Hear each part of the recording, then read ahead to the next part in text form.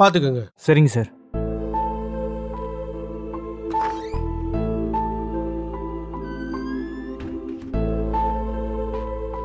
என்ன விஜய், நான் செத்துருவன் நினைச்சு பயந்துட்டியா?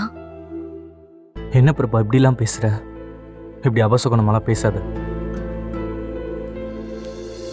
உனக்காக கோயிலுக்கு போயிட்டு பிரசாதம் எடுத்துட்டு வந்திருக்கேன்.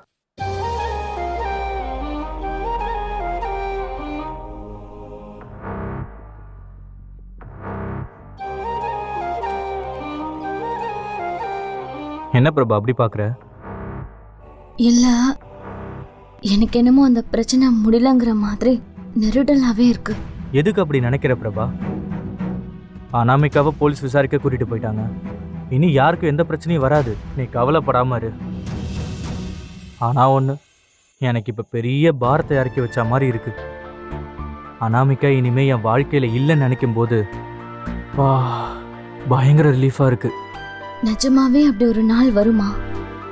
அது அவ்வளவு சுலபமா நடந்துருமா? கண்டிப்பா வரும். கோர்ட்ல நாளைக்கு இந்த கேஸ் விசாரணைக்கு வருது. எல்லாருக்கும் ஒரு நல்ல முடிவு கிடைக்கும். அனாமிகா மேல நம்ம சைட்ல இருந்து ஸ்ட்ராங்கா கம்ப்ளைண்ட் கொடுத்தாச்சு. வீட்டில் இருக்க 2 பேரை கொல்ல பார்த்தா சும்மா விட்டுருவோமா? இதுக்கு மேல அவளால ஒன்றும் பண்ண முடியாது. போலீஸ்காரங்க கண்டிப்பா அந்த பாட்டியை விசாரிக்கிற விதத்துல விசாரிச்சு அனாமிகா தான் பண்ண சொன்னான்னு கண்டிப்பா கோர்ட்ல நிரூபிச்சிருவாங்க. இது நாள் வரைக்கும் நம்ம குடும்பத்தையே ஆட்டி படைச்சிட்டு இருந்த பேய் இப்ப விலகிருச்சு பிரபா.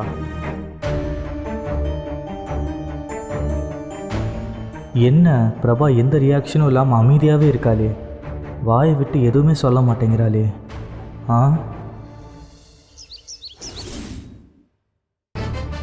சத்தியமா சொல்றேன்டா கௌதம், இந்த பிரச்சனையில இருந்து நம்ம எப்படிடா தப்பிச்சு வர போறோம்னு நான் ரொம்ப பயந்து போயிட்டேன். நல்ல வேளைடா, அந்த கிழவி மாட்டினதுனால நாம இதுல இருந்து எஸ்கேப் ஆகி வந்துட்டோம். இந்த எல்லா பிரச்சனையும் உன்னாலதாமா. அந்த அனாமிகா கூப்பிட்டான்னு நம்பி போனேன். பத்தாத குறைக்கு என்னையும் கூட்டிட்டு போய் இந்த பிரச்சனை மாட்டி விட்டேன். 2 பேரும் சிக்கி இருந்தா கொலை கேஸ்ல சிக்கி இருப்போம். அனாமிகா பயங்கரமா திட்டம் போட்டிருக்கா.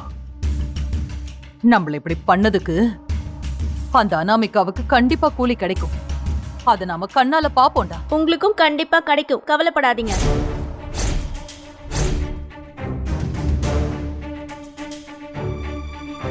நீங்க ஐஷுவை பாத்துக்கோங்க. ஏய், என்ன எங்களுக்கு என்ன கூலி கிடைக்கும்? தேவையில்லாம பேசிட்டு இருக்காத. என் தங்கச்சி பிரபாவுக்கு நடந்த கொலை முயற்சியில உங்களுக்கும் பங்கு இருக்குமோன்னு எனக்கு ரொம்ப சந்தேகமா இருக்கு. அதான் நாங்க காரணம் இல்லைன்னு போலீஸ்காரங்களே சொல்லிட்டாங்களே.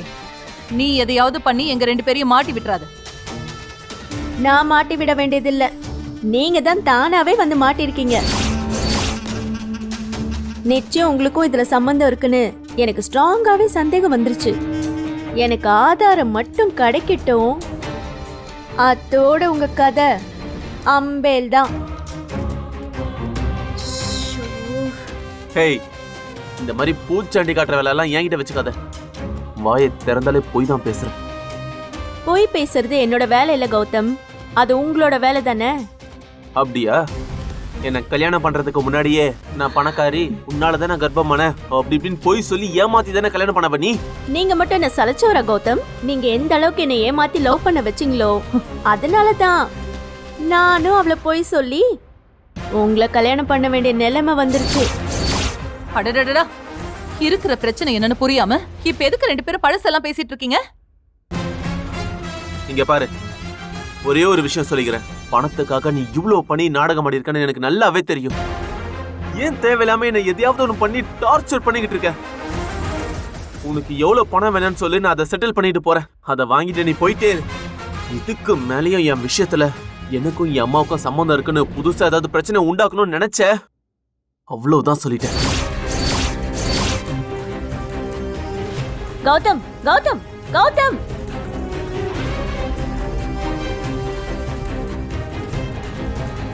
அவளே சொல்லி முடிச்சுட்டு போயிருப்பா. இப்ப இந்த கௌதம் வேற அவளை கிளப்பி விட்டுட்டு போயிட்டானே. இவ இப்ப என்னென்ன பண்ண போறாளோ? இவ முறைக்கிறத பார்த்தா புதுசா ஏதோ பிளான் பண்ற மாதிரி தெரியுது. எல்லாம் என் நேரம்.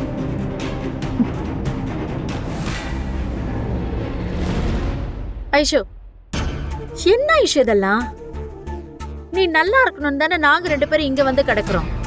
பாப்பா பாப்பா பாப்பா எப்ப பார்த்தாலும் கீரியும் பாம்பும் மாதிரி 2 பேரும் சண்டை போட்டுக்கிறீங்க. இதெல்லாம் நல்லாவா இருக்கு? சரி, இதுக்கு என்னதான் முடிவு? இல்லம்மா, கௌதம் திருந்தணும்னு நினைச்சுதான் இது எல்லாத்தையும் பண்றேன். ஆனா அவர் நடந்துக்கிறதெல்லாம் பார்த்தா திருந்துவார்னு எனக்கு தோணல. என்ன செஞ்சு அவரை என் வழிக்கு கொண்டு வரதுன்னே தெரியலம்மா. அதனாலதான் இப்படி மிரட்டி பார்த்தேன். இங்க பாரு ஐஷோ, அவங்களுக்கும் கொஞ்சம் டைம் கொடு. ஒருவேளை இந்த பிரச்சனையில மாட்டி தவிச்சதுக்கு அப்புறம் கூட அவங்க தப்ப உணர்ந்து திருந்தலாம்ல. ஆ, இதெல்லாம் நடக்கும்னு உங்களுக்கு தோணுதாப்பா? என்னம்மா, அப்படி நடக்கணும்னு ஆசைப்பட்டு தான் நீங்க இருக்க. இப்ப நீயே நம்பிக்கை விட்டா எப்படி? கண்டிப்பா அவங்க மாறுவாங்க, திருந்துவாங்கன்னு நம்புமா. அப்பா, இத பாரு, நீ மனசு வச்சா எல்லாம் நடக்கும். அப்பா சொல்ற மாதிரி இப்படி சும்மா சும்மா சண்டை போடுறதெல்லாம் விட்டுட்டு அடுத்து வேற என்ன பண்றதுன்னு யோசி. தயவு செஞ்சு சொல்றத கேளு. ஆமாமா.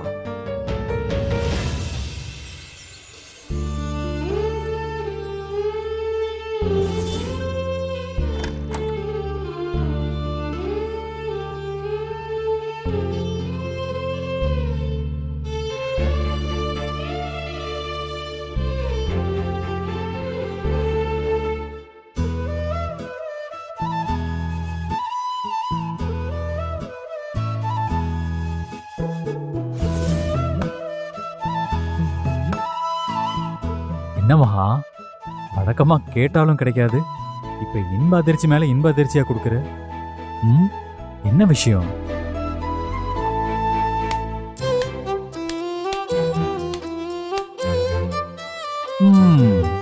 அதான பார்த்தேன், என்னடா இன்னும் நம்மள அடிக்கலையேன்னு.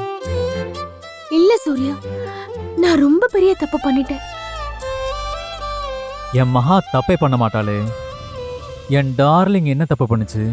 இல்ல, பிரபாக்கு இப்படி ஆனதும் அந்த கோவத்துல ஹாஸ்பிட்டல்ல வச்சு உங்களை நான் ஏதேதோ பேசிட்டேங்க. அங்க இருந்து போங்கன்னு வேற சொல்லிட்டேன். ஆனா நீங்க அங்க இருந்ததால தான் நான் உயிர் தப்பிச்சேன்.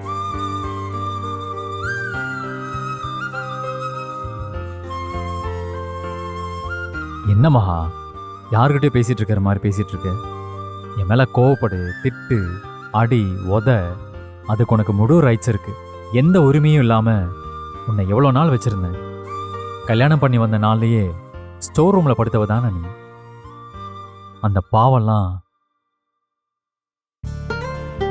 உனக்கு நான் எவ்வளவு பண்ணாலும் தீராது. இப்ப எதுக்குங்க பழசெல்லாம்? இல்ல மகா, நம்ம எப்பவுமே பழச மறக்க கூடாது. பழச மறந்தா ஈஸியா தப்பு பண்ண ஆரம்பிச்சிடுவாங்க. இப்ப அனாமிகா பண்ண மாதிரி. நீங்க மட்டும் வரலன்னா நம்ம குழந்தை என்ன ஆயிருக்கும்? நீங்க குழந்தைய காப்பாத்திட்டீங்க. உயிரை காப்பாத்திட்டேன்னு குழந்தைய வச்சு சொல்ற. அப்ப குழந்தை மேலதான் உயிரா இருக்கியா? நான்லாம் அந்த லிஸ்ட்லயே இல்லையா? என்னங்க பேசுறீங்க? நம்ம குழந்தையோட உயிர்ல உங்க உயிரும் இருக்கு, என்னோட உயிரும் இருக்கு. நம்ம 2 உயிரும் ஒண்ணு சேர்ந்து தானங்க நம்ம குழந்தை. ஐயோ மகா, நெஞ்செல்லாம் வலிக்குது மகா.